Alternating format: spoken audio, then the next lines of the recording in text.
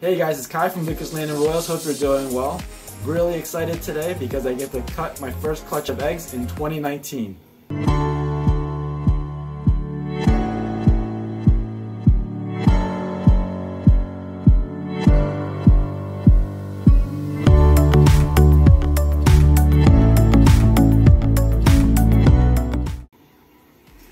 Alright, so here in this egg box is a clutch of eggs produced by an ivory female that was paired to a male that has a new gene that I'm working with. It's not a dinker, it is actually a gene, I just don't want to disclose what it is. It's very subtle, but he is a super form of that gene, so it's very obvious he has that morph, and he's also a pastel. So in this clutch, I should be seeing everything will be a yellow belly. Everything's gonna have that new gene, and half of the clutch hopefully will have pastel. The new gene is very, very subtle. I gotta tell you that. It probably won't even show itself, or I should probably say I probably won't know how to identify it. Just want to let you know off the bat, be very clear that this is so new, I don't even know what to do with this new gene or what to look for. So we'll see what happens, but I do know that with this gene, if you put it to something like, say, an Enchi or another pastel, or I don't know, Orange Dream, I think it'll reveal itself a little bit more because it just makes it look better. But by itself, as a single gene, it's really hard to tell from a normal. The originator, when I spoke to him, said that as in a heterozygous form by itself, it almost appears like a recessive bleed through. So let's just take it for what it is. Now this clutch was 10 eggs, 2 slugs, and I candled the remaining 8 eggs. They all looked good. This one obviously is a boob egg. There is another boob egg, just not as boob-like as that one. I think it's this one right here. This might be the other boob egg. Yeah, right there.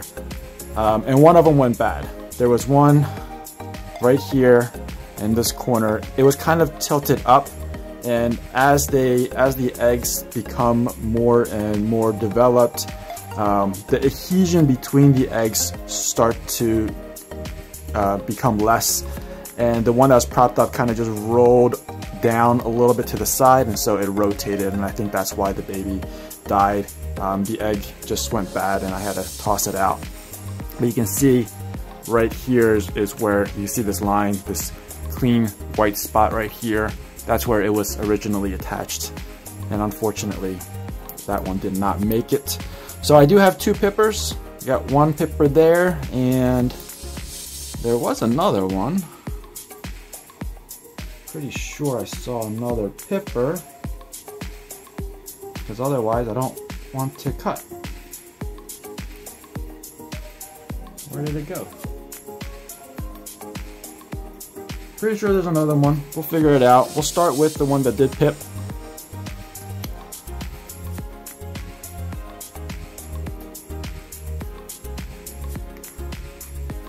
So just so you know, there might be a little bit of blood, which is normal because, you know, there's veins, there's blood vessels that's surrounding the eggs.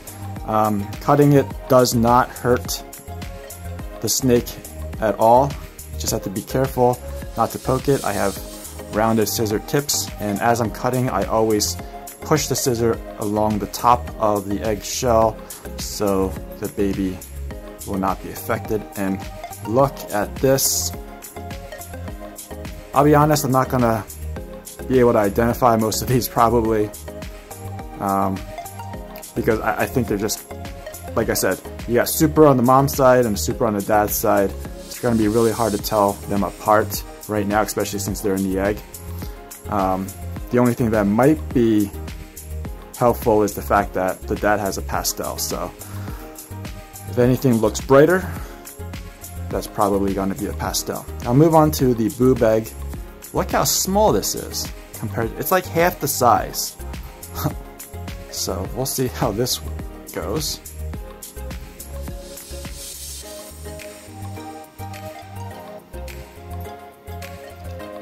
Now, just so you know, a lot of times these boob eggs don't make it, and even when they do develop to full term, the baby might not survive.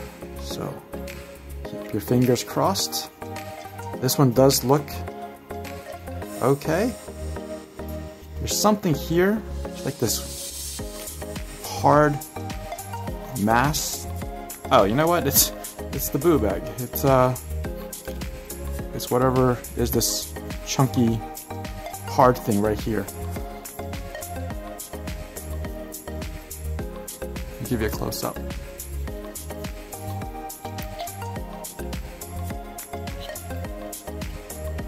See right here, it's kind of hard. It's like a resin, like a dried up resin. All right, so that's number 2. Hopefully the baby will crawl out on its own. Well, let's keep going. Still looking for that other one that pipped. Pretty sure I saw a slit on this one or this one. So this is the other boob egg. Not as bad as that one, obviously.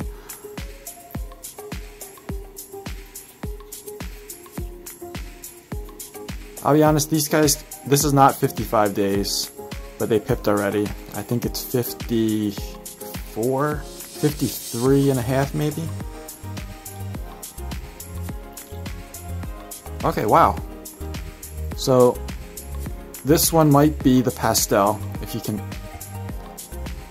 take a look, I'll give you a better look. Do you see the difference in color?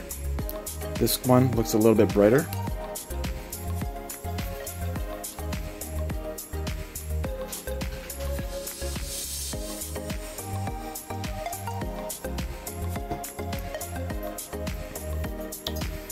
All right, moving on.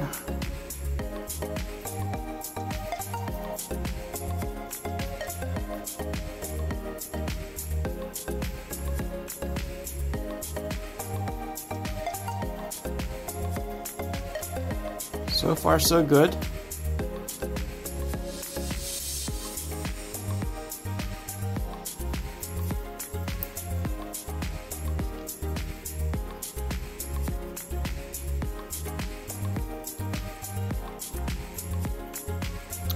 Wow, this one looks very busy pattern, if you guys can see.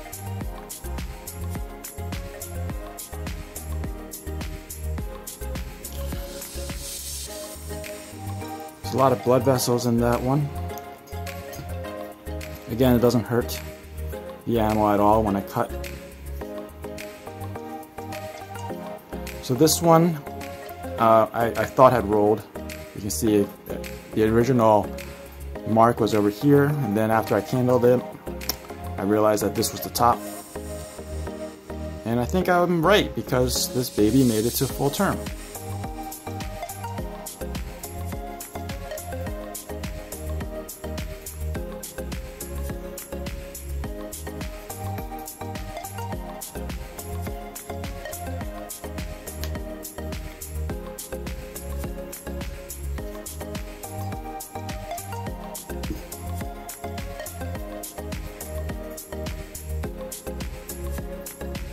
I think this one might be a pastel. So far, maybe 2 pastel yellow bellies and 3 yellow bellies. Obviously they all have that new gene because that is a super, but so far I can't tell what the characteristics are of that new gene, excuse me. So this is the one that was attached to the egg that did not survive.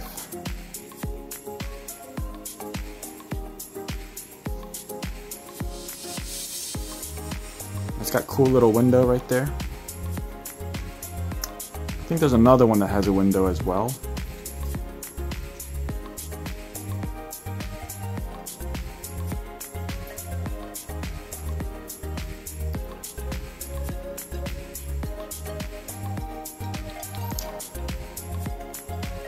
Cool busy pattern. Does not look like a pastel here. So this might be the Yellow Belly new jean.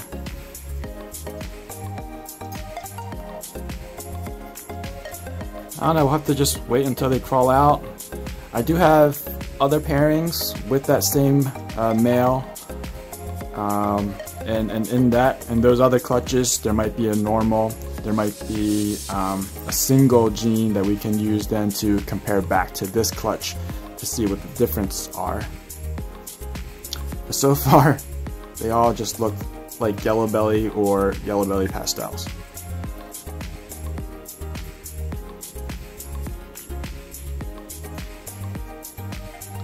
Last one.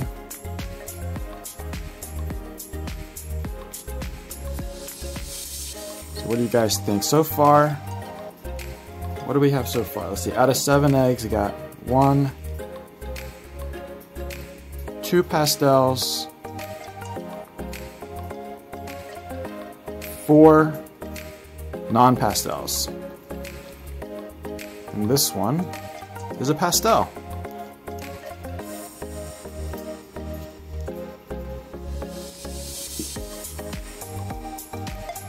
That's a pastel. That's definitely a pastel. Very bright in color compared to the other 4. Alright, so now these guys just have to go back into the incubator. I'm going to put the lid back on, pop them back in the incubator. Hopefully they'll come out on their own in about 5 days or so, maybe more, maybe less. We'll check back once they're all out.